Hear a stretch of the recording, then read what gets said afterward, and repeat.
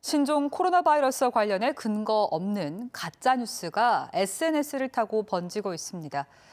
근거 없는 가짜 뉴스는 불안감뿐 아니라 주민 사이의 갈등까지 키우고 있는데요. 김태욱 기자가 그 심각성을 취재했습니다. 신종 코로나 바이러스 가짜 뉴스의 가장 흔한 형태는 사회관계망 서비스, 즉 SNS를 통해 번지는 유형입니다.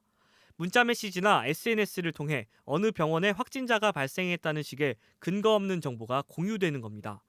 대전 성모병원에서는 이런 가짜 뉴스로 최근 콜센터에 문의가 쇄도하는 등 업무까지 지장을 받아 경찰 수사까지 의뢰했습니다. 가짜뉴스가 퍼지면서 콜센터 통해서 하루 평균 100통 이상의 문의 전화가 왔고요. 저희가 강력 대응하는 방안의 하나로 사이버 수사에 의뢰하게 됐습니다. 주민 갈등을 부추기는 근거 없는 소문도 돌고 있습니다.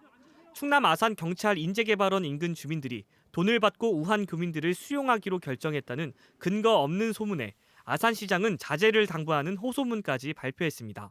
각종 루머나 가짜 뉴스, 또 지역 하다못해 아산 시민들까지 버스 안에서 그런 시달림 받고 또 택시를 타도 택시를 기피하는 그런 상황까지 오고 있습니다.